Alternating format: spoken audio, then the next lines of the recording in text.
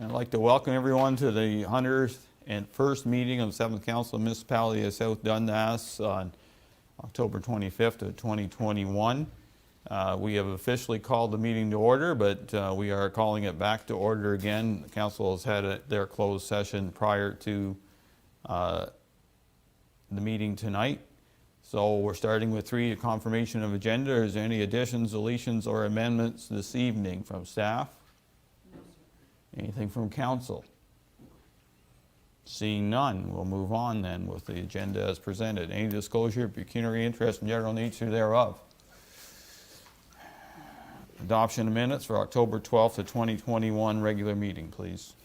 Moved by Councillor Mellon, second by Councillor Lewis, that the minutes of the 100th regular and in-camera meetings of council be adopted as circulated. Any discussion on the minutes? Seeing none, all heard the motion. Those in favor? Opposed, if any? Motion carries. We have no delegation petitions tonight, so we'll move on to action requests. First one is ES 2021-19 playground tender, please.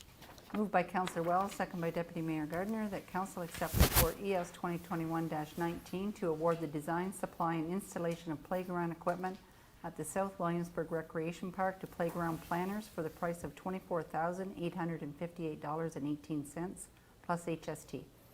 Austin, welcome. Thank you, Mayor and Council. The report you have in front of you this evening is regarding the South Williamsburg Recreation Playground equipment. As the equipment has reached the end of its service life, replacement equipment was approved in the 2021 budget in the amount of $25,000. Staff issued the RFP on September 7th, with it closing on October 7th on bids and tenders. We received one submission from Playground Planners, which is outlined in the report, for a total of $24,858.18 plus HST.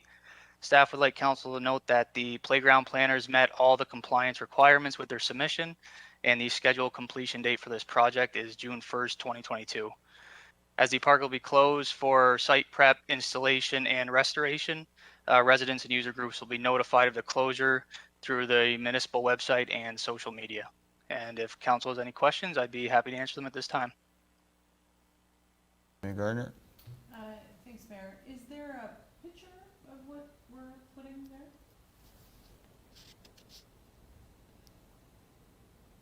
So through you, Mr. Mayor, the RFP had a requirement in it that the playground equipment would be similar to what is existing in the park. It'll feature multiple slides as well as physical components, and there will also be a plastic border added as well as new playground surface. Okay. I've actually taken Reagan there, so I know what it looks like. Councilor Lewis. I'm just shocked that we only had one bid with all the playground people out there. It just blows my mind. But it is what it is at the end of the day, I guess. Okay. Councilor Mellon. Yeah, I'm a little concerned too that we only had the one bid, and then if you look at it, we didn't issue the tender out till into September. I guess my question is, that's probably maybe contributing to the fact that we only had the one tender. I think we need to get that out earlier so that we could maybe have multiple bids. Like, to me, to issue that in September, you know, I'm sure the playground companies are, you know, probably got enough work ahead of them, so, you know, maybe that's one reason why we only got one. That's the only, you know, the price is the price, playground equipment's expensive, but I think we need to do better on getting that tender out in a timely fashion. Let's drive on. Okay. Councilor Wells. Yeah, I'm just going to echo a couple comments here. This was approved back in, when we did the budget back in January. February. What's that? It was in February. Or February. Yeah, it was a little later this year. Excuse me. No problem. If we would have got it out right away, something like this is pretty simple to get out. And I do agree with Deputy Mayor. It would have been nice in this presentation to see what we're buying for $24,000. I'm sure it's going to be nice, but if I was spending $24,000 personally, I would like to see what I'm what I'm buying. So just, it's good, it came in under budget, Austin, which is good, but I think from now on, like, something like that, if you, I would like to see what we're getting, or a mock-up of something. And something like this, I think could have got out a little quicker, but again, we're in COVID time, so who knows? Thank you. Okay, so Austin, I do want to echo the concerns of Councilor Mellon and Councilor Wells. It was a concern of mine that this was only tendered in September, and you had approval way back in budget time. I'm not sure if you have an explanation. I'm willing to listen to your explanation, but now the work's not getting done until next year. I think when council goes through a budget and does a lot of work on getting the budget prepared, the staff need to get to work and get stuff spent. And if there's a reason why they can't spend it, then come back to council and let us know, because doing work at this time of year doesn't work. It's just too late, and then if people are busy, we get one bid. And to be honest, as Deputy Mayor Gardner has alluded to, a picture or a graphic would be nice for us to see what we're actually getting for the price of almost $25,000.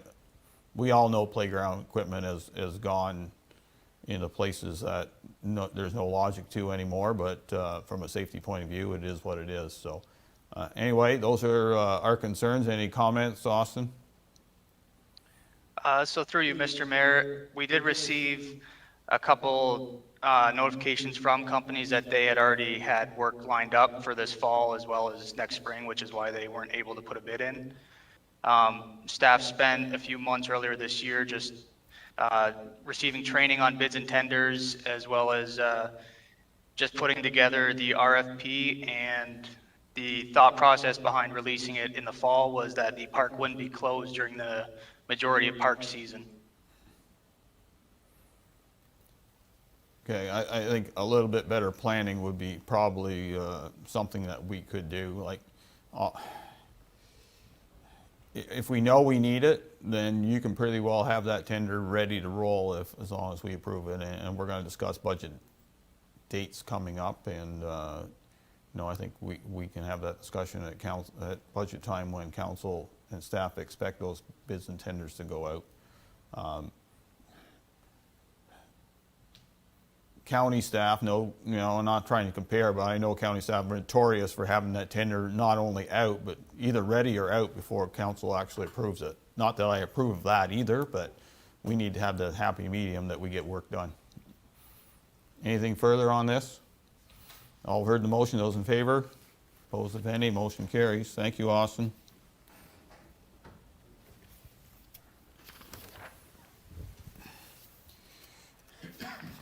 Okay, next action request is PE 2021-11, Forward House Short-Term Repairs. Moved by Councillor Lewis, second by Councillor Mellon, that council accept report PE 2021-11 to authorize the Historical Society of South Dundas to retain a contractor to complete minor repairs on the Forward House. David, welcome. Good evening, Mayor and Council. So in front of you tonight is a report. The Historic Society reached out to me a couple of weeks ago. They'd like to move forward with two small little repairs on the Forward House, putting a tarp over the roof of the addition, as well as installing a piece of eaves trough on the east side of the building. Both pretty minor repairs just to help with water infiltration that's existing into the building. I spoke to them about the fact that they were doing short-term repairs before their long-term repairs, and they noted, and I think I saw it come through today, that they will have some long-term plans coming to council in November, but they're willing to pay for these repairs out of their society. So staff recommend that we allow them to go ahead, as they're very minor repairs, and a tarp on the roof is very temporary, just to allow them to get it done before winter kicks in.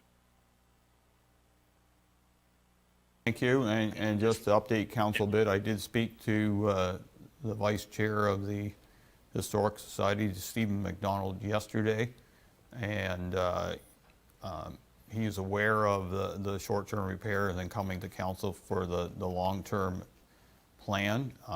He did send a long-term plan, as David had alluded to staff and myself today, so that'll be coming November 22nd, I believe, to council. We'll chat about Perhaps, that. somewhere Yes. somewhere before the end of the year, because that Yes. was the commitment council said, that, you know, they had to get to us with a long-term plan. It's up to council whether they want to let them do this. If they're paying, then I guess that's their prerogative. However, you know, we haven't seen the long-term plan. I have glanced at it. I will not disclose details at it, because it takes a bit more read than what I give it today. However, they are doing as asked close to a year ago. So, Councillor Wells. I have no issues with the courthouse doing, like, this is minor, just, it's good stuff just to save them down the road. So, no, I'm good with it, Mayor. Okay, Councillor Mallon? No, I'm gonna, they want to No, do I have it, no- what they for it. Sorry, I have no issues. I have no issues. Okay. If there's nothing else, then all heard the motion. Those in favor, opposed if any, motion carries. Thank you, David.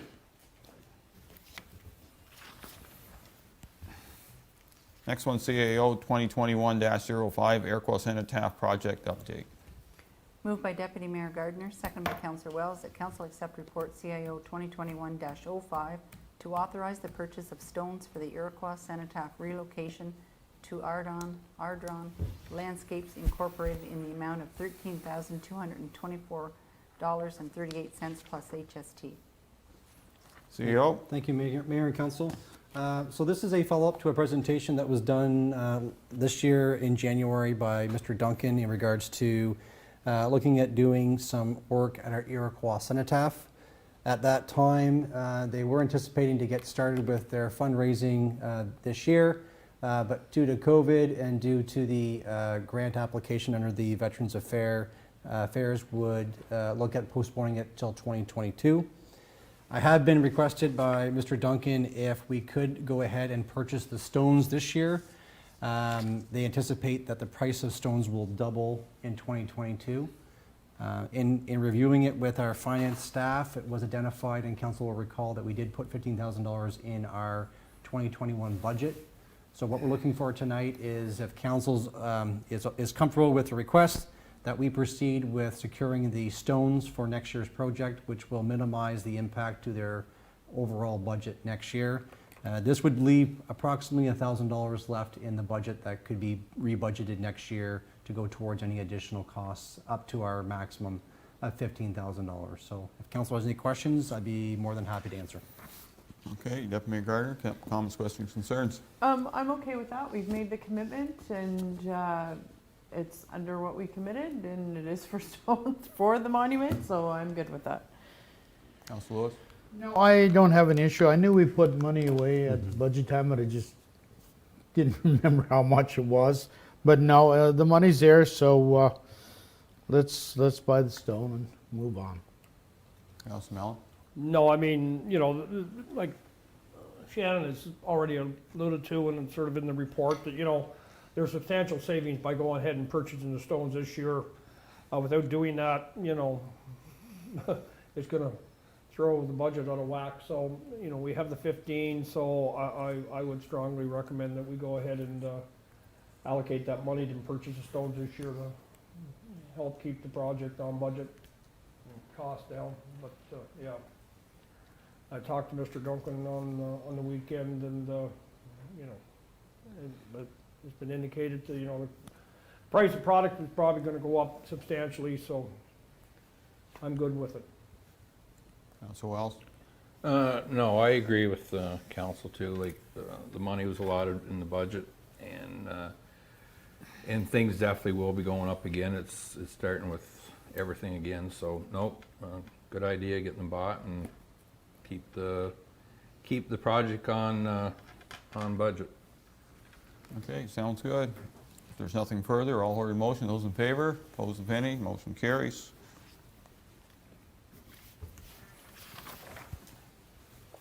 Okay, into bylaws. First one, 2021-105, alternate voting method. Here we are, election coming. Go ahead, Madam Clerk. Moved by Councillor Mellon, second by Councillor Lewis, that bylaw number 2021-105, being a bylaw to authorize voting by internet and the use of optical scanning equipment for the 2022 municipal election, be read and passed in open council, signed and sealed. Go ahead. Thank you, Mayor and Council. As you know, 1 year ago yesterday would have been voting day next year, so SD&G clerks are busy and we're in election mode right now, so we're trying to find the method of voting. Needs to be discussed with you as we're preparing for the request for quotation to find a vendor to do the voting. And actually we have it ready to go, but we're just waiting for everybody to pass their method. In 2003, 2006, 2010, 2014, and 2018, we used the alternate voting methods during those elections, and quite successful, as we always had approximately 50% turnout. Internet and ballot with the tabulator will allow a choice for voting, and it also allows voting over several days. And this is a joint, like I said, this is a joint RFQ with the SD&G municipalities. Any Okay. questions, concerns, issues? Any comments, questions, concerns on this? We're all good. All heard the motion. Those in favor? Opposed, if any? Motion carries. I will say the last one ran fairly smoothly, not looking at results specifically, but I think everybody had a chance to vote, or wanted to vote, had an opportunity to do so. Next one, shared services agreement, 2021-106, shared services agreement, please. Moved by Councillor Wells, second by Deputy Mayor Gardner, that bylaw number 2021-106, being a bylaw to convert a memorandum of understanding to a shared services agreement between the Municipality of South Dundas and the Township of North Dundas for shared space for municipal archives, be read and passed, signed and sealed in open council. So you've seen this agreement before in draft, and what we've done is like I said, we've converted the memorandum of understanding so that we all know what everybody else is doing and paying, and it formalizes that memo. Okay, any comments, questions, concerns from council? This 5 years, right? No, excuse me, 5 years? This is the 5 years, yes. Okay. I think this is a great step one. I still think we need to have terms of reference for the committee itself and what they technically do for the archives and what they don't have to do now that this agreement will be enforced. And then we also need to have at least a formal agreement with the UELs on their space and how that works, because we don't have one, do we? Yes, we do. We do? Yes. Okay, as long as we have one that then the committee is the big one then. Would that be fair? Yes, that's correct. Okay. Other than that, agreement's great. We got to have something we need to have. Okay. If there's nothing further, all heard the motion. Those in favor? Opposed, if any? Motion carries.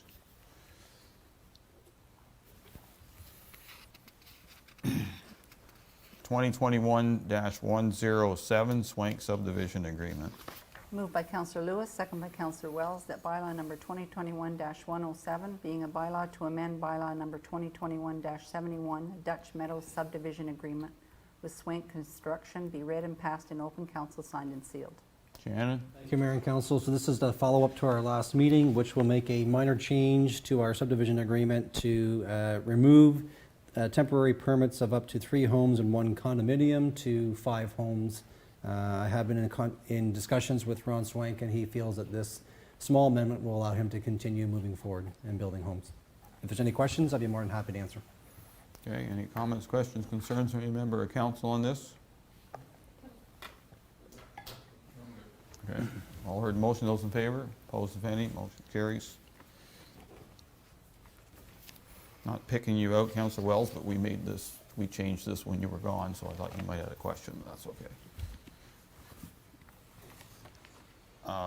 Next one is 2021-108, entrance permit policy. Moved by Deputy Mayor Gardner, second by Councillor Mellon, that bylaw number 2021-108, being a bylaw to revise policy 6-7, entrances, be read and passed in open council, signed and sealed. Jeff?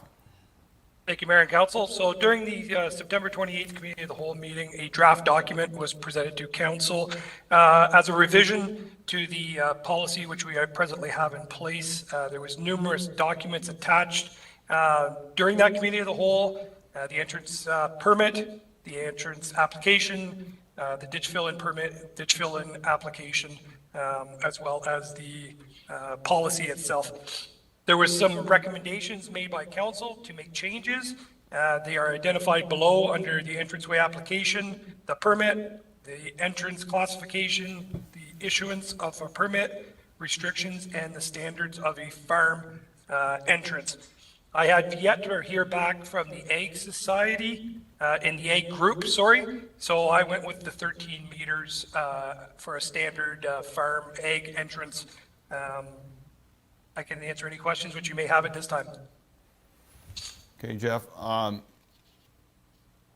The only, wouldn't be a concern, we had a discussion about fees, and the fees were, we had the fees in the policy, but we had discussed that fees had to be in the fee schedule. So once you take it out of the policy, we need to either update the fee schedule and bring that to council, so, because there's no fees attached to it right now, correct?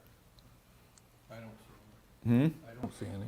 No, we took it out because we were gonna put it in the fee schedule, so that has to bring back to council before this can be fully used. Other than that, I think we had a really good discussion that day. That was the concern of how we were gonna do the fees, so we could alter the fees if necessary.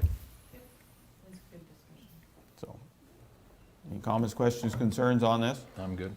I know the president of Dundas Federation and the president of South Dundas Ag Advisory Committee has reached out. They just haven't had their meeting yet. If they come up with something different, then we can entertain it at that time. 13 meters is a reasonable start, that's for sure. It's better than what it was. So. Yeah.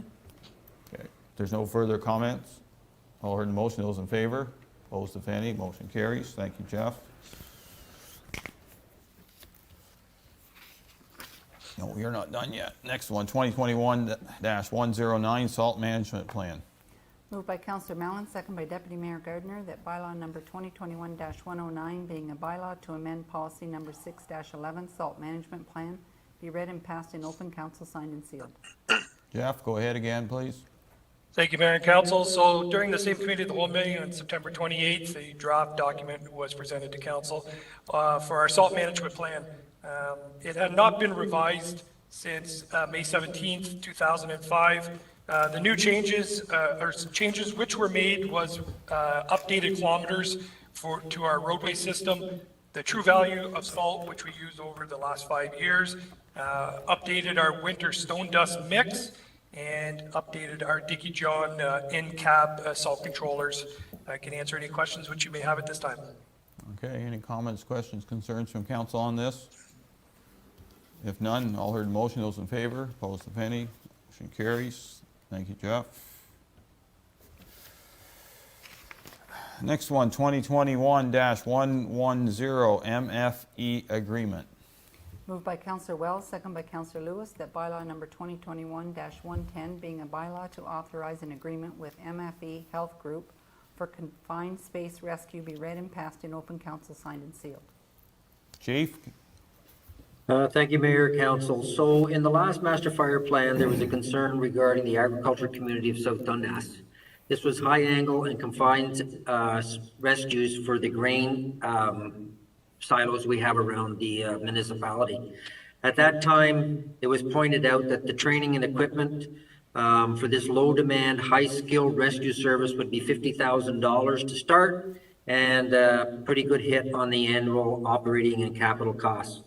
As in the report, in October 2017, we arranged a meeting with Team Solutions to provide this type of service to the municipality and to respond to these types of calls. At that time, the agreement was a pay-as-needed agreement with no, to these response rescues only, with no standby costs. Since we found out the Team Solution can no longer support our needs, staff recommends the agreement with MFE Health Group for the response to these high-angle confined space rescues for the grain extrication, and any other technical rescues needed. And this, again, this agreement is for response costs only with no standby fees. And I'm happy to address any questions or concerns you have at this time. Okay, any comments, questions, concerns? Councilor Mallon? I'll make a comment, and I'll thank Chief Morehouse for taking the initiative when the first supplier, Team Solutions couldn't do this anymore, I sort of was pushing for this back till we found out the cost and the training and whatnot. I'm just glad we have somebody that's on call to provide that service, and hopefully we'll never need it, but, sort of like insurance. You don't want to have it, but you want to have it if you need it. So I'm glad we got something in place. Okay. I do agree with you, Councilor Mellon. I'll give the last council credit for making this initial working with team workout as our backup, and going to a new responder is good, and I give you credit, Chief Morehouse, to continue this service on from the and thank you not only for ourselves, for the agricultural community. I have a number of bins on our farm, and as much as we do practice bin safety, and I put that in quotation marks, and keep it in mind every once in a while that things happen, and farmers or workers do die in the process because things weren't done right, and if the rescue has to be done right, or it makes it worse even for those who are untrained. So good solution to hopefully never a problem. Anything further from any member of council on this? All heard the motion. Those in favor? Opposed, if any? Motion carries. Thank you.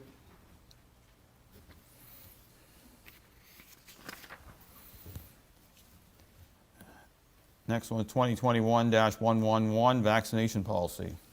Moved by Councilor Wells, second by Councilor Mellon, that bylaw number 2021-111, being a bylaw to authorize policy 3-27, COVID-19 vaccination verification, be read and passed in open council, signed and sealed.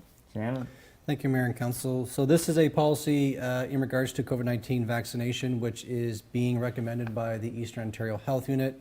Over the past month or so, not only from a council perspective, but from a CEO's level, we've been having conversations regarding what to put in place for our COVID policy moving forward. So tonight, for council's review and comments, is a full policy which will become effective November 15th to be double vaccinated.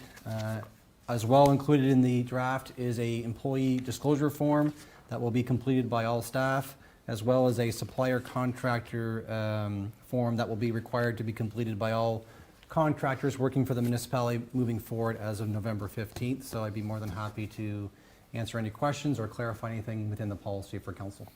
Okay, I think this council should at least have a discussion on this. Deputy Mayor Gardner? Thanks, Mayor Boyveld.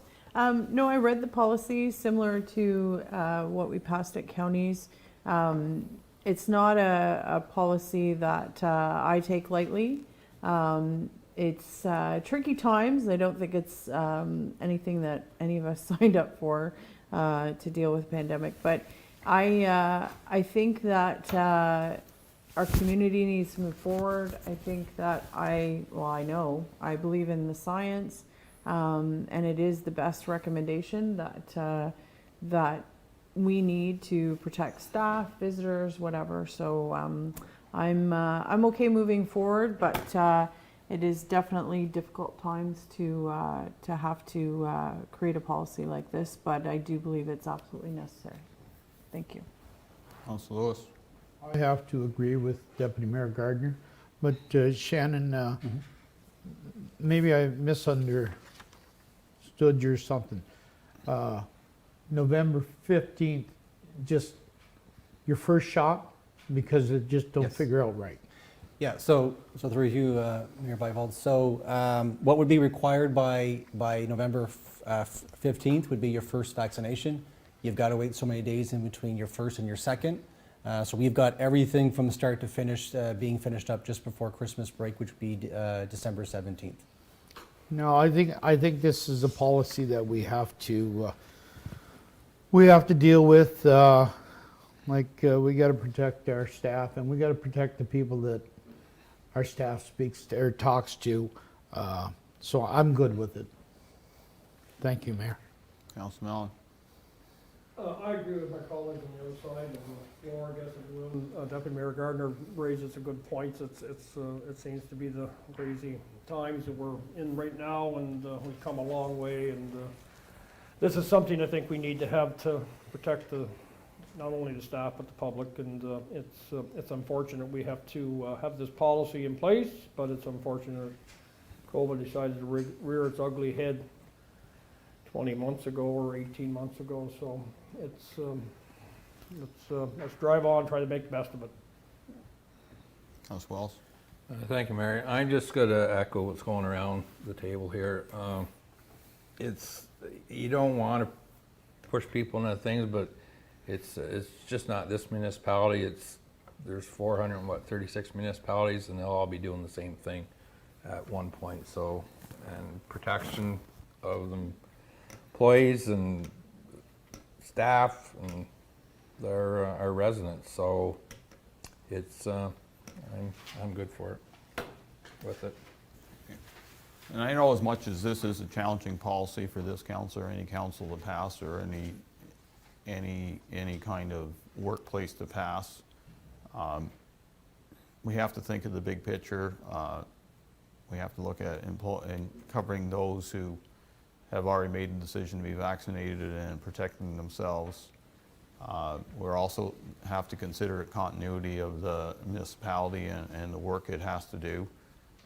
Be nothing worse than an outbreak being caused by somebody in South Dundas working here, and all of a sudden we couldn't provide the services that we needed, and some of our services are very essential. So I do hope that the employees that work for us understand why we need to do this, and I hope that if there are any out there that do not meet the policy, that they will seriously consider doing so, not only for our benefit, but mainly for their benefit. Things are not good in areas where they thought they were good. Prime examples are within our country, and Ontario's been good. The Premier now has a timetable that in theory we may not need this policy, but that timetable is still a long way from being enacted, and I'm sure it's going to be subject to some consideration if things don't go the way we've been going. But the only reason we're here in Ontario at the level we are is because we've done what we need to do to protect ourselves, and vaccination rates have certainly helped. And if you don't think vaccination rates make a difference, the City of Cornwall is a prime example of how things can go off the rails pretty hard and fast. So, and they're not that far away. So, any further comments from any member of council? Seeing none, all heard the motion. Those in favor, opposed if any, motion carries.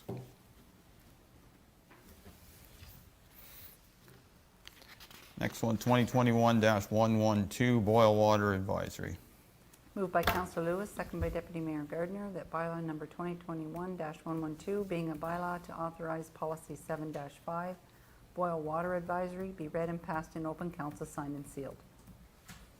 Getting there. Oh. Okay, Kaylin. Sorry, but I wanted to get to my page. That's okay. Thank you, Mayor and Council. So this is just the protocols for the boil water advisory that you saw in October and gave comment on, coming back to see if we can move that forward and implement it as part of our procedures. If you have any questions about anything, happy to answer them. Okay, any comments, questions on this? The only comment I'll make, Kaylin, is that you have a good list of notifications, but I think if you're going to put a priority one on any one of them, it's that the Hartford Retirement Home knows about 2 seconds after we know, because they're our most vulnerable people on the system, and then we can go out from there. But you know, I'm not saying that because my parents are there, but even if they weren't there, you know, you got to think that any of them consuming water that wasn't fit is not a good situation. Some younger people can handle it, they will not as easily. So Other than that, I think it's a good update. It's always subject to our next run at this, so hopefully we don't have it, but we need to be prepared. We've had two, hopefully no third. Go ahead. Sorry, Mayor, I do have a question. If we are able to move ahead with the notification system, would we have to change this or just insert that into the protocol? I don't know, Brenda. We'd have to change this to. Yeah, Yeah. just Insert it, kind of put yes. it in the steps kind of thing? Yes. Okay, Yeah. all right. You'd have to update it Yeah. if we go down that road, and certainly demonstrated, demonstration we had a week ago worked well, Yeah. so, Yeah, because it'll change a little bit, but. yeah. Okay. It'll make it easier. Anything further? Go ahead, Councilman Mellon. The locations that you've got mentioned in here are great, fine. I believe there was one when we were discussing this up in Iroquois, those apartments by the mall. Iona Apartments? Yeah, there's a lot of seniors in there. I don't know if we could, I don't know if we want to try and, because there's a lot of seniors in other apartments too, so maybe, you know, I was mentioned, I believe at our meeting then when we brought up the Hartford, but, We have Morris Glen here too, and then Yeah. there's various apartments. It's a challenge. yeah, that's, I think the priority if you can think of priorities, do it, but eventually everybody's got to know, right? yeah. And So, sooner yeah, or It's gonna later. be very hard to just, can't find them all, can't Yeah. get them all. So I'm- Hartford's easy because it's a Yeah. more communal, they're using communal kitchen, the whole 9 yards, so it's not just picking one or the other. I understand, we're not trying to be discriminatory, we'll do our best, hopefully we'll keep all that in mind when we do it. Because there's a lot of seniors living in apartments by Yeah, themselves. and- yeah, Cost too, there's how many living back there in Williamsburg? but they're not on this system, Councilor Wells.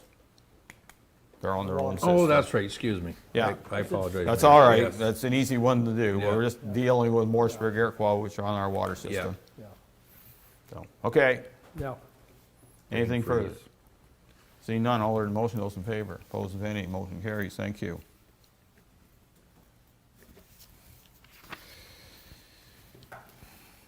Okay, consent agenda, please. Moved by Councillor Mellon, second by Councillor Wells, that all items listed under general consent section of the agenda be adopted as presented. So tonight, in our consent agenda, we have minutes from the Morrisburg and Iroquois Waterfront Committee. We have requests from the Morrisburg Santa Claus Parade, which sounds like it'll be a go this year. Key information report on a Christmas ad campaign for local shopping. Key information report on the gas leak that occurred in the village of Iroquois recently. Key information report on Enbridge funding that municipality is fortunate to receive. And information on the enhanced COVID vaccine certificate. All heard the motion, those in favor. Opposed, if any, motion carries. Okay, boards, committees, discussion items. First one's county councilor. Council. So county council did have a meeting last week. We did have four delegations. First one was fairly minor because he's coming back with a more detailed study. So as council know or should know, we are the owners of the former jail in the city, attached to the county building, and they're doing a feasibility study on what they can do with that building, mainly from a tourism point of view, not from an engineering point of view. That's another question that needs to be answered.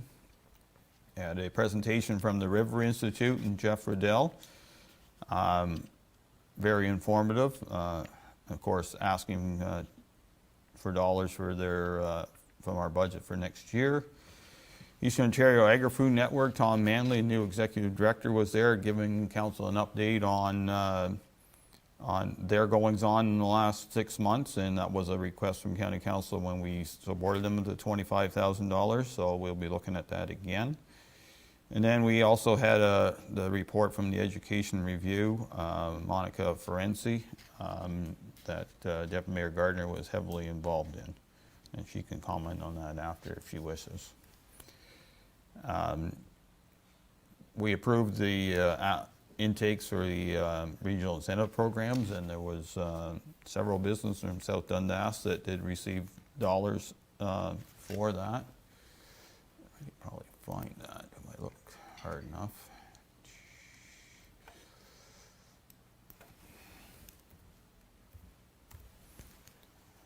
So South Dundas, Dense Orchards and Berry Farms got $2,500. The Whitaker Storage Incorporated, which is the Murphy Building in Princeton, got $12,500. And I thought there was one more.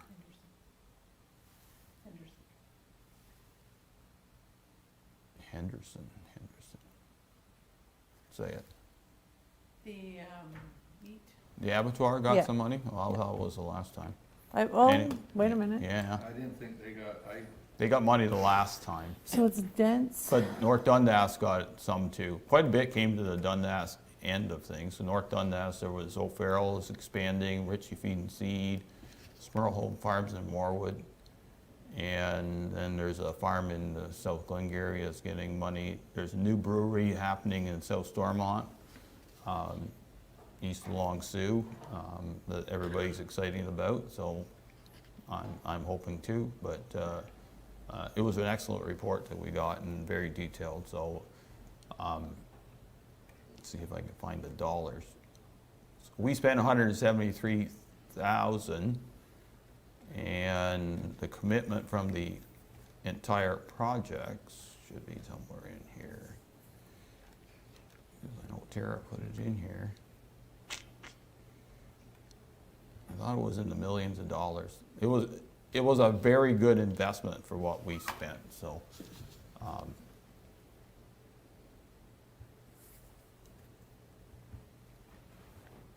anyway, I don't want to spend a lot of time on it, but it was the program worked a lot better this year than it did last year. There's a few details we had to change. Transportation, we approved 2 designs on the East Claster River Bridge and the Hoople Creek Bridge for work next year. Planning has approved the SDG Growth Management Strategy contract, so we'll be looking at the future growth in the next 5 years in SDG. Counties went ahead and have ordered a new plow and spreader for next year with $275,000. We updated our procedural bylaw to deal with the issue with the warden this year, so we will have a deputy warden, which will be the previous warden. Made an agreement with South Nation on LiDAR.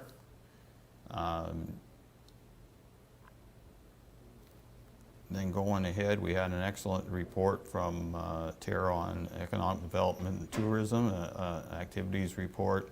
Transportation give us an update on projects they're managing. SDG Forest annual report from Pat Pritz. He came to County Council and gave us a report on the forest activities. And we also had the election of warden for 2022, and Councillor Karma Williams, who is Deputy Mayor of North Glengarry, will be the warden for 2022 after our December inauguration meeting. With that, that was County Council's report. Any comments, questions, concerns? We will have a budget in December, so there's been no discussion on new roads. We have looked at some potential now need roads, but nothing has come to the County Council table yet. Yes, Councilor Millen. It was brought, I just wanted to, and maybe you, it hasn't been brought to County Council attention yet. Just on their bridge, I know it was brought to my attention that on County Road 18, the bridge going across Black Creek, there were some county engineers in there a week or so ago looking it over and whatnot, whether or not I don't know if they're doing an annual bridge inspection. They're doing their annual, Okay. yeah, they're doing their OSIM. I didn't know, somebody asked me. They do it are the same year we are in, so, Okay, yeah. that's what So that no, was, but okay. no, It was tell asked me- everybody, we're just checking them, make sure they're all in one piece. Yeah, somebody asked me if we were planning on changing that, and I said, we aren't. I said, I don't know about the county, so I thought, okay, that's just their bridge report. Okay. Bridge report, and I haven't heard anything from it. We're supposed to get an update on that, I think, next month. But those two bridges that came up, the East Castor River is the one on 31 north of Winchester. Yeah, And the Hoople Creek one is the one just north of 401 on 14, which is Dickinson Road. and that was probably identified 2 years ago, probably. And that doesn't matter, yeah, they've come up that they need to be, they're more now needs than some others, so they're switching things around. That's it. Anything you mentioned about the school project? School It's, report? yeah, so we had Monica do an executive report. And so she's nailed down some focus stuff that can be given to the province. Surprisingly enough, or not surprising, I guess, it was mentioned at the meeting that after multiple calls and trying to connect with the province to actually get information from them, they are not forthcoming with information about the school boards related to stats, data, any of that stuff. At this point in time, the province doesn't feel that that's public information to share, even though it is. So, thought I'd mention that. Okay, any comments on any of that? Thank you. Moving on, Cemetery Board. No meeting, Air Quad District Business Group, there was no meeting there.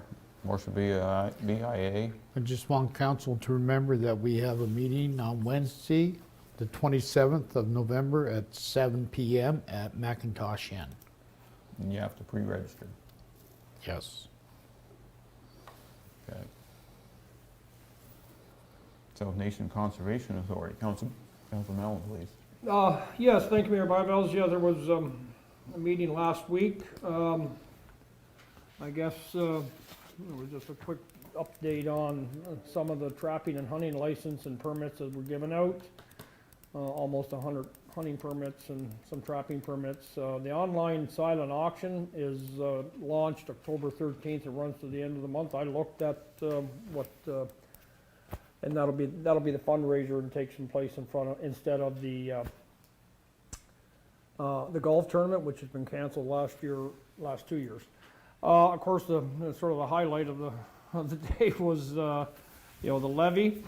I did ask for the financial update for the surplus to be moved to just before the levy presentation by staff, which it was, and so have a better grip on what proposed or the estimate surplus will be. Of course, that's just till the end of September, so it's not a real accurate forecast, but it gives us a little bit of. Basically, the levy will be going up by about 3.4%. That'll be 2% on the cost of living and 1.4% growth. There was a lot, and the levy goes from the 2021 levy, basically sort of like the impact. It goes from $5.54 per 100,000 in 2021 to $5.66 per 100,000. And that's from the 2021 budget. That's the general levy and the forest land acquisition levy, the two of them combined. So there was quite a bit of discussion about the levy and the surplus. There'll be probably, estimate right now is around 130,000 surplus. There was some money allocated from later on in the budget, in the agenda, for some tree removal, dead ash trees around the Russell, and South Nation's been, staff and contractor have been removing hazardous trees all through their public use areas like Robert Graham and all their public use parks and stuff. So there was some allocation from the surplus used for quite a large project down there to clean up a lot of dead ash trees that have really died off in the last few years. I guess I spearheaded quite a little discussion on the budget and the surplus and how the surplus is, and there were a lot of good ideas batted around the table as far as, you know, the surplus and how they do their budget. Of course, Angela gave us an update, sort of, if you will, on, you know, budget pressures that they're going to be experiencing. Insurance is going to be going up probably 20% next year, 20, maybe 30%. You know, and other cost of living increases that are going to be going through there. The cost of living is going up higher than what's sort of in this budget or in that levy, but I think it's a workable budget. The city of Ottawa, they were sort of pushing for about a 3.6 or 3.8 budget. But they kept it down to 3.4, if you will. The one thing, I guess, that, and yourself, Mayor Bylaw, you've alluded to it and talked about it and know what it's like when they do the levy the way they do it. You know, then next month they bring the budget in, so it's always a little bit tricky. So this year will be the first, and I've sort of been maybe a little bit of thorn in their side back there, and you before me, you know, how they do their levy and their budget. But so next year, staff will be directed to prepare the 2022 draft budget for presentation to the Board of Directors on November 18th. That's the next meeting. And then it's to be circulated to member municipalities for their review and comment prior to final approval in January's board meeting. So it's an improvement. It's, you know, I did bring up the fact that, you know, it's almost like you're rubber stamping the budget when they set the levy ahead of time. And, you know, I don't know if I got too far with that. But anyways, this is the first time they've done that.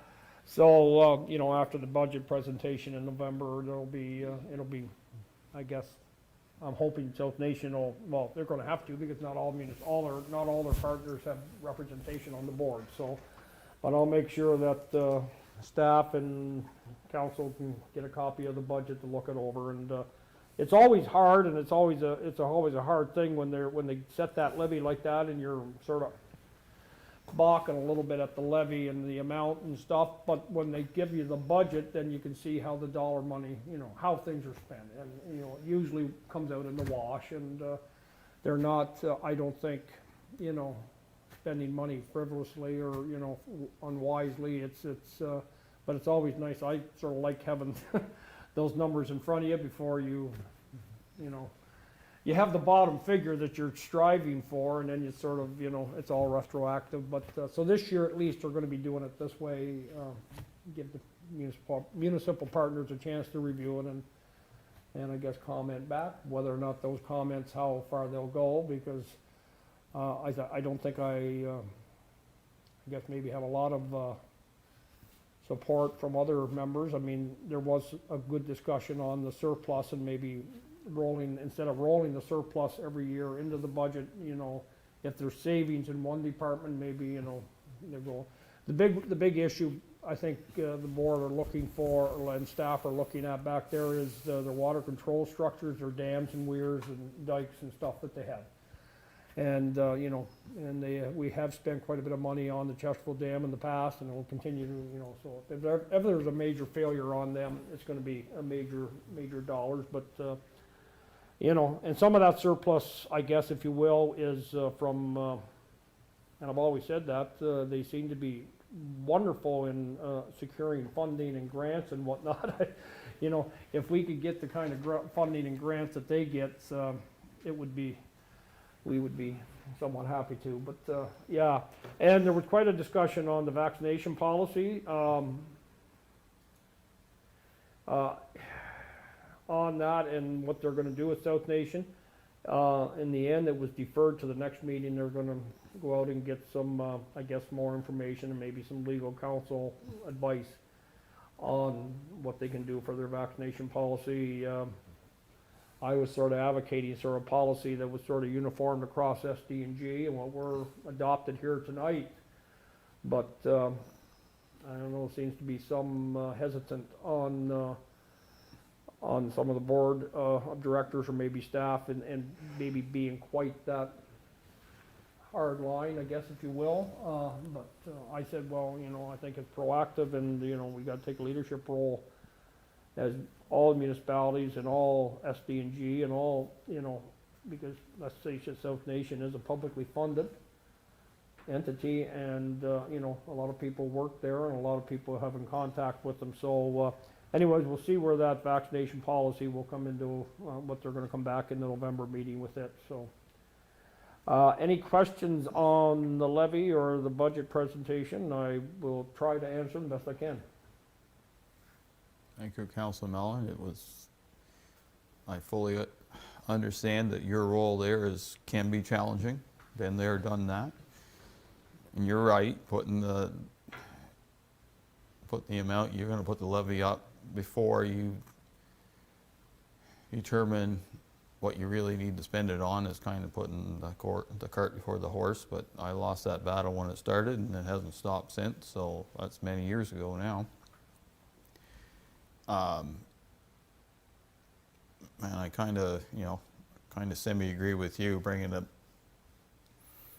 those budgets to councils aren't really going to make a lot of difference. It's, what are we going to do? We can take things out, but you're still going to charge us a 3.4, so we're not going to, there's no savings there, right? So that's the challenge, and I give you, you know, full credit to you in trying to do what you have to do.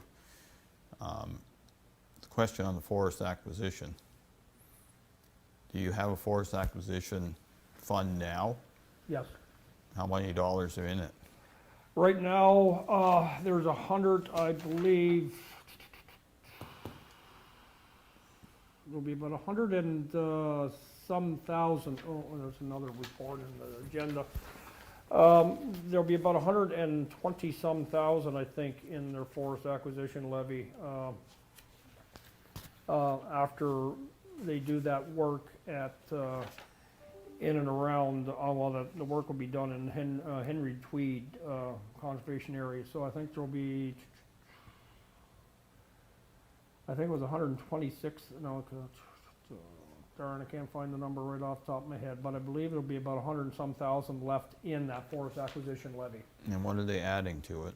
They'll be adding,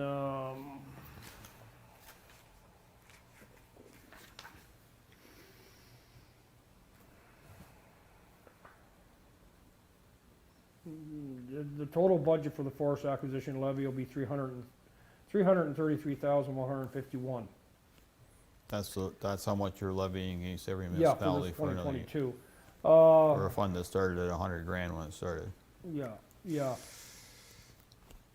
So, yeah, there's, our portion of that on the forest acquisition levy is just 7,000 for the 2022 budget.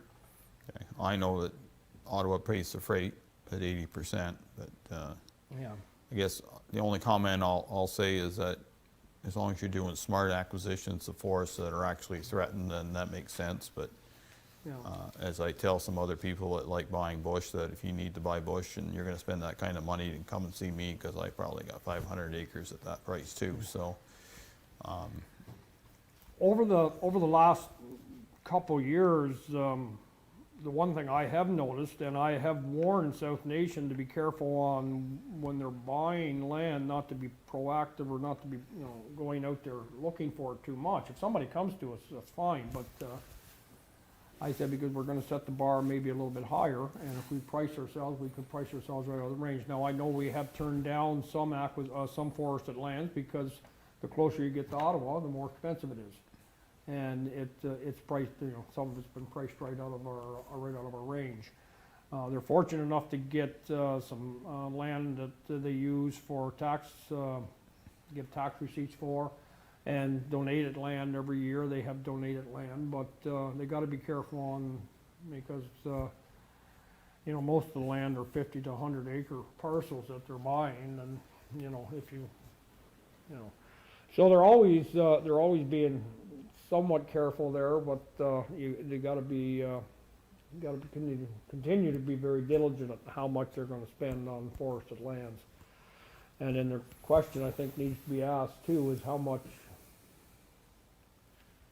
do they really need in the long run? Because it costs you money every year to maintain these lands. They do forest management plans, and so it's a good way to increase the forest cover in the South Nation's jurisdiction. I think it's probably the best way. As a whole, you're going to have pockets of areas where there's going to be a lot of forest, and in other areas that it's more farmland or whatever. It's not so much, but they were successful in getting some grants and funding from a couple different sources, and they're going to use some of that retroactive on some of the forested lands they've already purchased, and that's included. They pay up to 50. They can get 50% of the purchased amount. South Nation still has to have 50% of that forested land money, but they were able to get some funding that way. It goes towards purchase of forest lands. So they're fortunate that way, but and that's maybe one reason why the surplus is, at 138,000, I think it is. They're successful in getting grants and funding, and it seems to be every meeting they have another funding source they can tap into. I wish they would share the wealth with the rest of the municipalities in the area, but anyways, I don't know. Anything else? I could facetiously say that they could have reduced the forest levy since they got money, but apparently that didn't happen either, right? No. Okay. No. I understand that the environment is a broad concern. We don't actually add forest cover when you buy land, you retain it more than anything else. And I will say also that forest now is starting to get priced into the point that a farmer will need to clear it. So I think that's a dangerous slope that some of the realtors are starting to play. I got into that mess too, and the challenge of being a farmer that buys land and has bush on it and he pays too much for the bush, he has to make it pay. And if he doesn't pay a lot for the bush, then he's good with leaving it. And there's that fine line difference, right? So anyway. What I'm seeing, I think, is land that's coming in that's provincially significant wetlands and those sort of things, like, that the farmer can't Farm anyway. farm anyways. Or And, clear.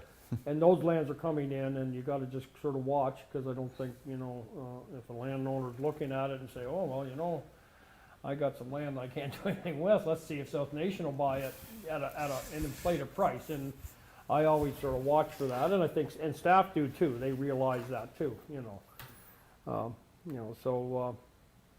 there's not usually, generally speaking, I guess if you will, a lot of prime agricultural bushland in a prime agricultural area. That's bush, that's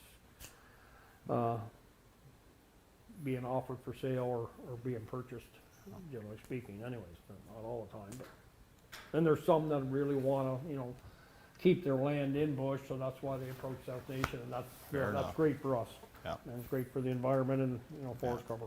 Well, we got a lot of PSWs that South Dundas own. Maybe we need to make a deal with Yeah. that. Any further comments from any members of council?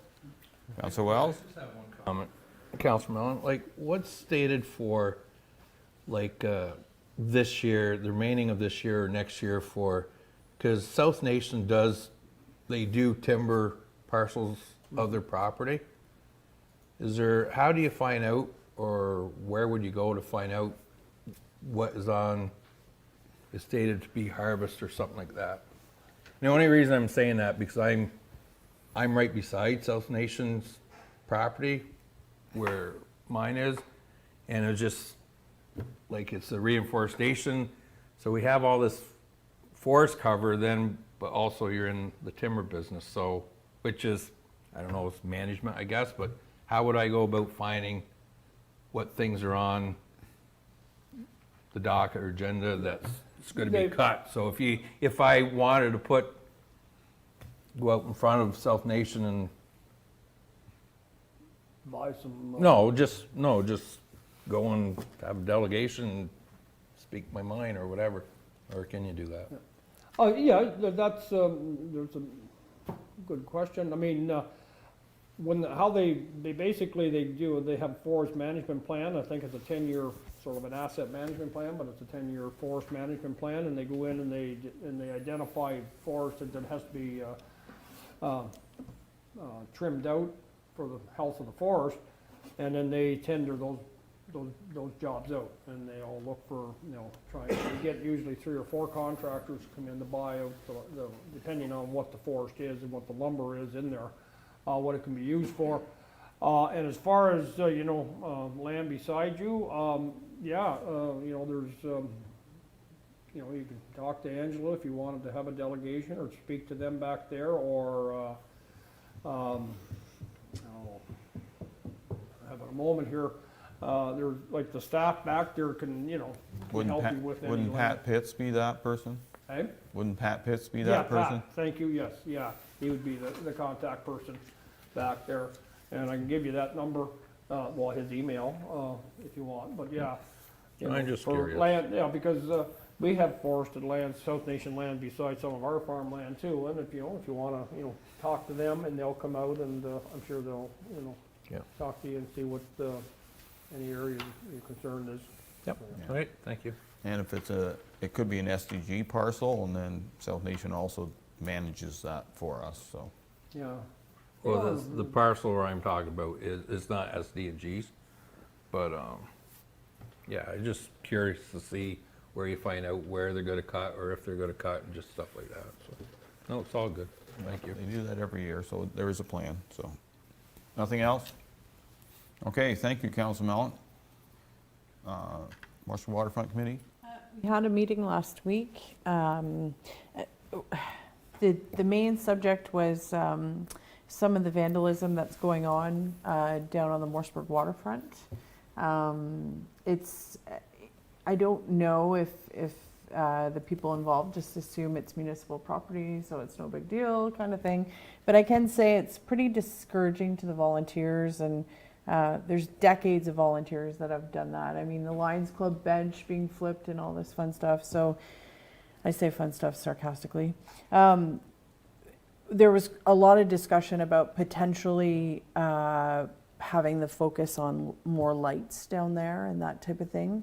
So that they're looking at it, and I was just wondering if municipal staff, Shannon, have had any conversations with the OPP about what's going on down there? Okay, good. Yes, we have, yes. Okay, so I'll leave it at that, but that was the body of the conversation, was just about how to protect the hard work of the volunteers and money that the residents of South Dundas have contributed, so I guess we'll just continue on.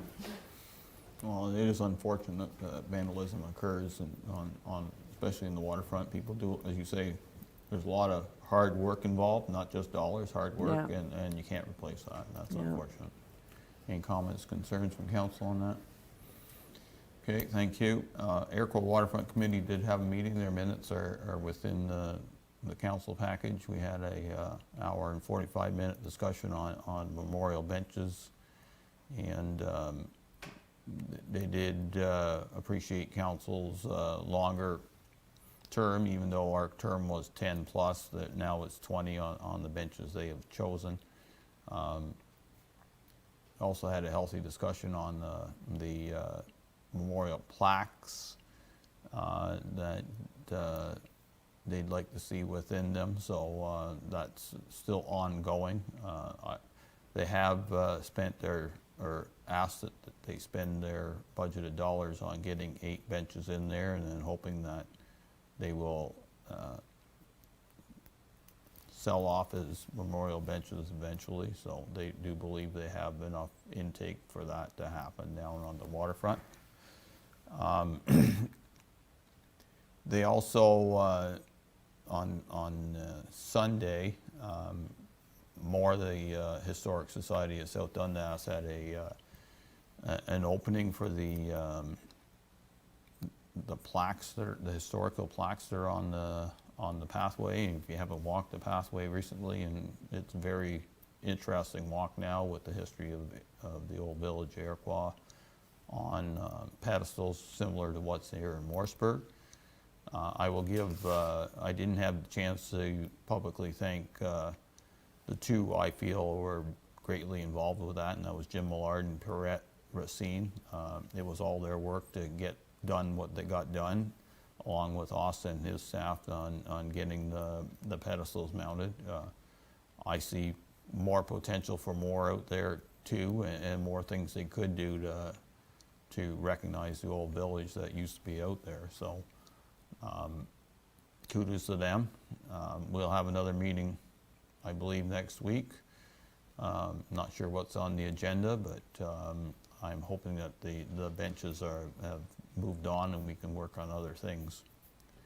Any comments, questions, concerns? Okay, thank you. South Branch Committee Fund? No, I think you're waiting for the next round, intake round to be Okay. done. Carmen House? Still waiting for the chair. Dundas County, no meeting. Archives, I should say. Tourism Advisory Committee? Right now, there wasn't a meeting, but just to remind everyone, there's a fall photo contest that is in connection with the tourism app, and people, it's been kind of nice to see actually. People have been posting on social media pictures all weekend, and it's kind of cool. So that contest, I believe, runs for another, don't quote me, another week, I think, week-ish. But yeah, go and check it out. It was also advertised in the Morrisburg Leader as well. And actually advertised on some other apps out there, because I've seen it on the Ottawa Citizen app. Woohoo. So it got picked up. It's out there. So yeah, it's a good idea to promote tourism in South Dundas, especially with the app. Yep. Any comments, questions, concerns? Economic development? We did have a meeting October 19th, I believe. Two main things that were on deck were the awards. We had in-camera selection process, so that will be coming shortly. We reviewed the nominations and selected the winners by scoring.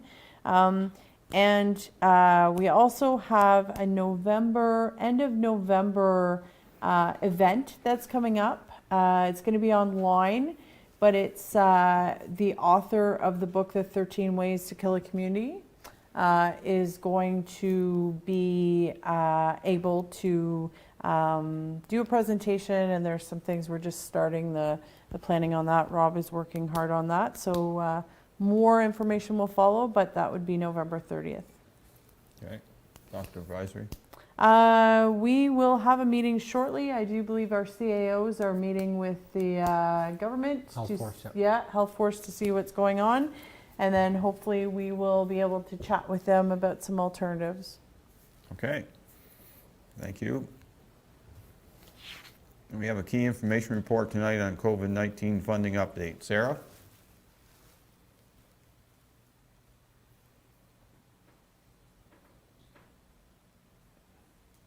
Thank you, Mayor and Council. In tonight's agenda, I've provided Council an update on the current estimated balance of the COVID-19 funding we received in 2020 and in 2021. This is a rough estimate. We are still expecting more expenses to be incurred by year end. However, the expenses are expected to be minimal, and any major purchases using the funding does come to Council first for approval. So I'm estimating that we'll have around $100,000 remaining at year end. It's unclear at this time if we will have to return any unspent funding. Staff are trying to be creative with how we utilize the funds. However, we are constrained in that we can't use it for capital, and we're trying to limit purchases that would impact any future operating budget. So, for example, software purchases where we have to factor in the ongoing software maintenance and cloud hosting. With that, I can answer any questions from Council, and I'm open to any suggestions for utilizing the funding. Okay, Deputy Mayor Gardner? No, thanks for your report, Sarah. I can't actually think of any. A website was a good idea. I think I wouldn't want to give the money back though. So if something happens, it'd be nice if we can just absorb it. That would be fantastic. But if I think of anything, I will let you know. Councilor Lewis? No, I can't think of anything right off the top of my head, but keep working on it, Sarah. I know you'll come up with some idea to spend that money so we don't have to give it back. Yeah. Councilor Mellon?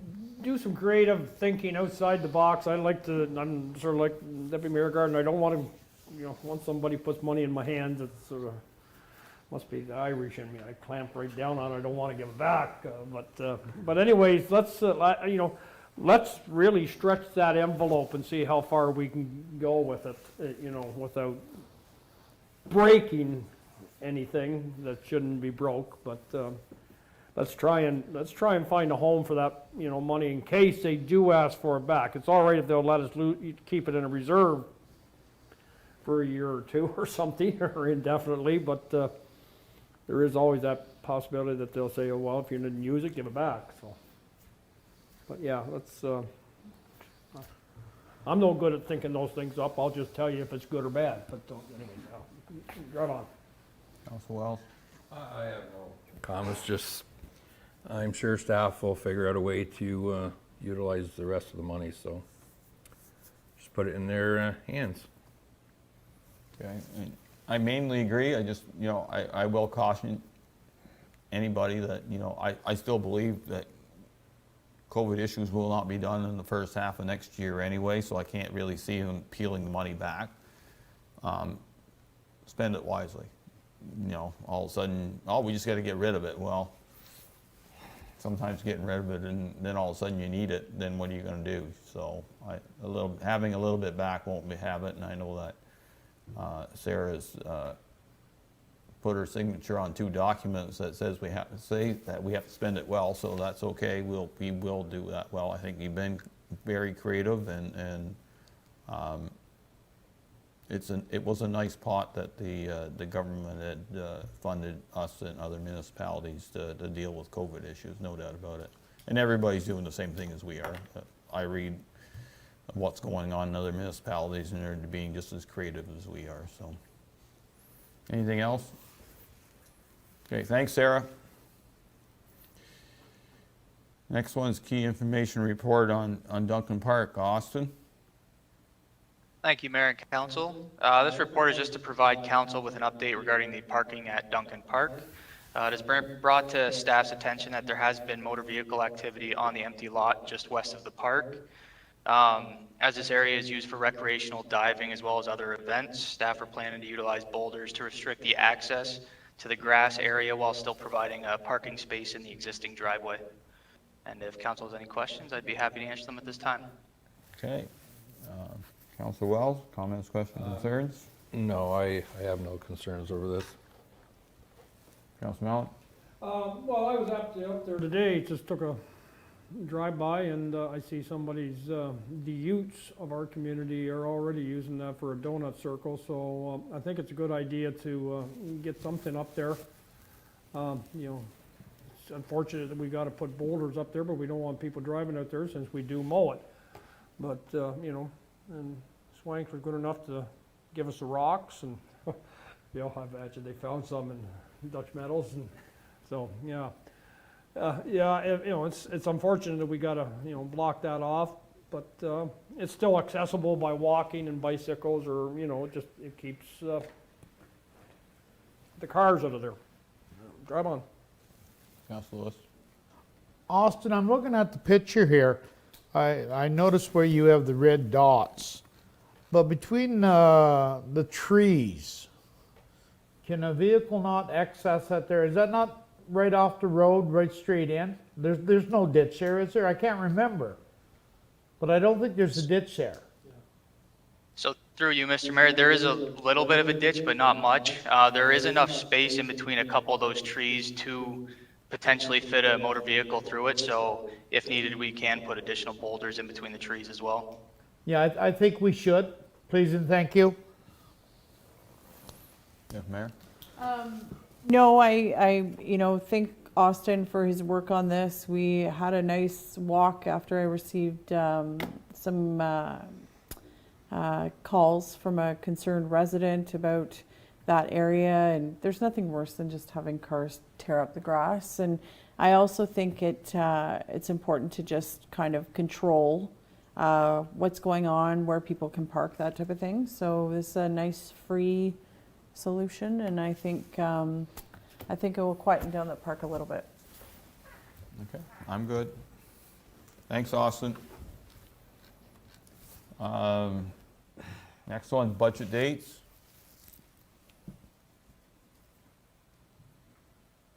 I have no name, I have nothing, so. Sarah? Or I can speak to it. I can speak to it. I was informed by the clerk, there's been a request for budget on January 17th and 18th of next year. So looking for input from council at this time on those proposed dates. Okay, so the 17th, maybe county council, so I didn't check that. That's the third Monday, correct?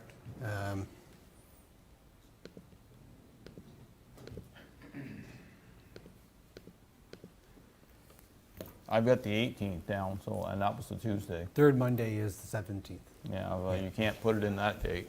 So the 18th would have been acceptable, but the Monday doesn't work. Potentially, I don't know what county council agenda, haven't seen the schedule. Okay. But that's our usual, third Monday.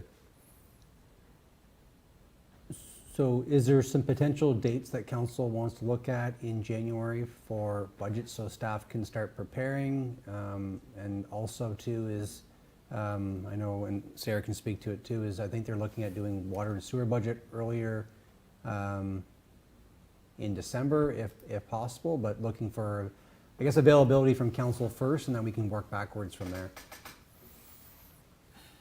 Okay, so what, Sarah, sorry, what dates did you propose besides the 17th? Oh, I'm sorry, I wasn't really proposing. I just was told by the clerk that there were dates that were requested. So 18th and 19th, I guess, would be the new proposal.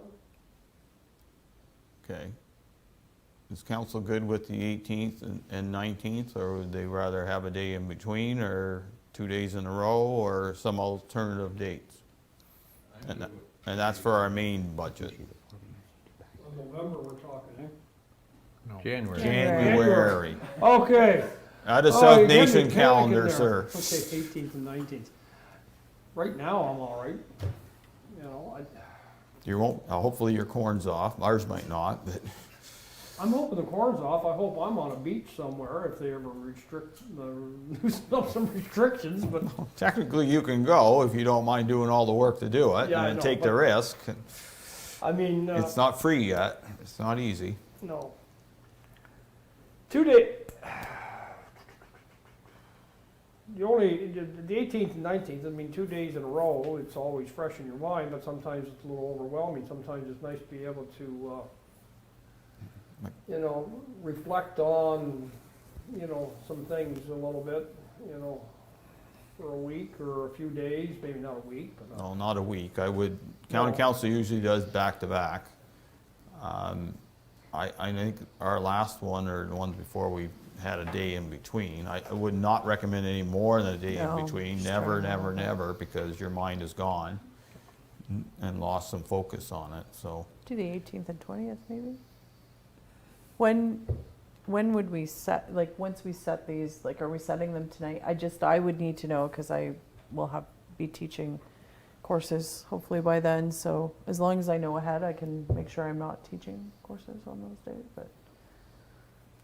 Earlier the better, Why don't we, get them done. that week of the January 17th, or the 18th, 19th, Just block it off. Okay, so Somewhere in here's that- my suggestion. We'll have it on the 18th and 20th. Are we good with that? Sure. Friday? 18th. No, that's a Tuesday and a Thursday. I can live with that. 18th. Never a Friday. No, No, I don't want to one do it on a Friday. Friday, because Nope. that's end of week and everybody else just is in weekend mode already, so. That's a Wednesday and Thursday. Or Does that Tuesday. work for you, Tuesday. Sarah, and your staff? That works. Didn't hear you. That works. Still didn't hear you. Somebody's mic's not on. You're good. Sorry.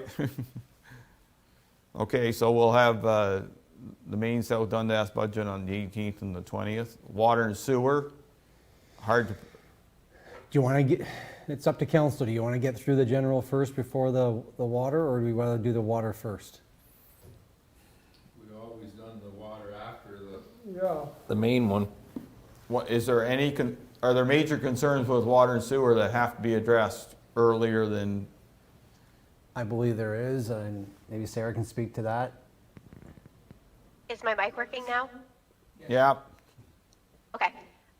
So ideally, it'd be best to do water and sewer first, just because with the last budget, we were talking about doing like the second half of a rate increase, but we also need to discuss, I mean, the big thing is Carmen Road and how we're going to fund it. So that kind of sets in place how we're going to do funding for Taylor Road Bridge as well. So, I mean, ideally, water and sewer first in December. okay.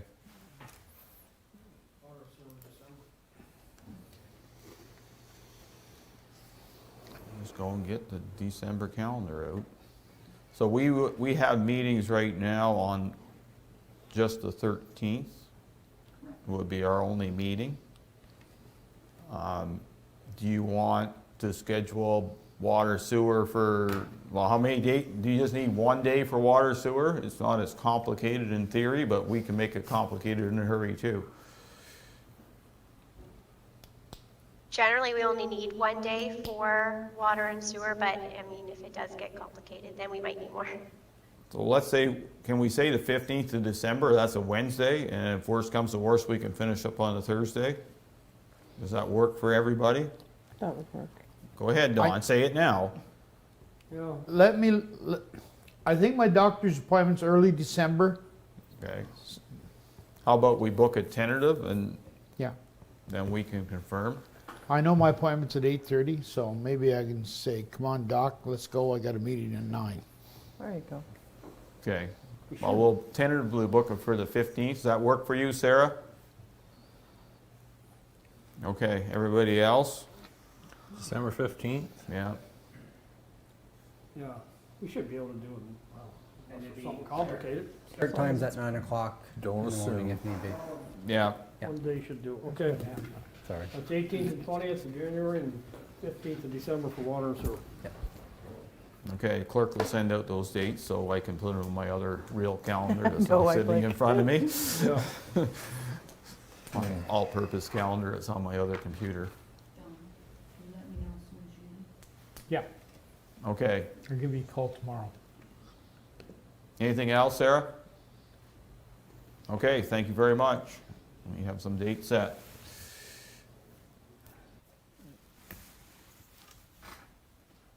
Committee member. Moved by Councillor Lewis, second by Deputy Mayor Gardner, that council authorize. Moved by Councillor Lewis, second by Deputy Mayor Gardner, that council authorize the addition of Trish Morrow to the Morrisburg Waterfront Committee. Any comments? Seeing none, all heard the motion, those in favor, opposed if any, motion carries.